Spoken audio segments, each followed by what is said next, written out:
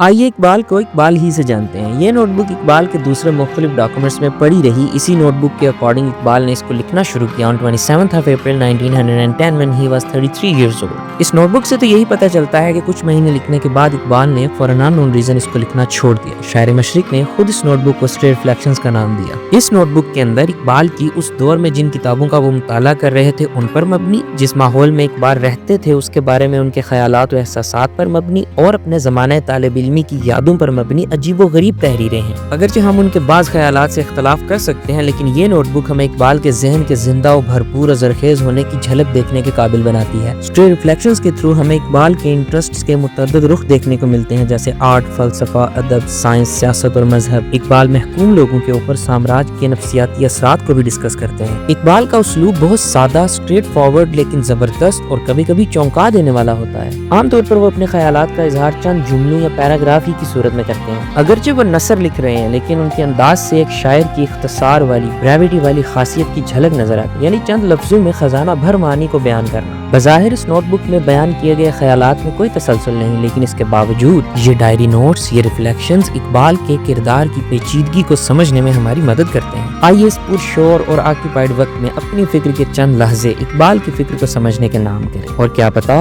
इससे हमारी अपनी फिक्र भी कुछ हद तक पुख्ता हो जाए।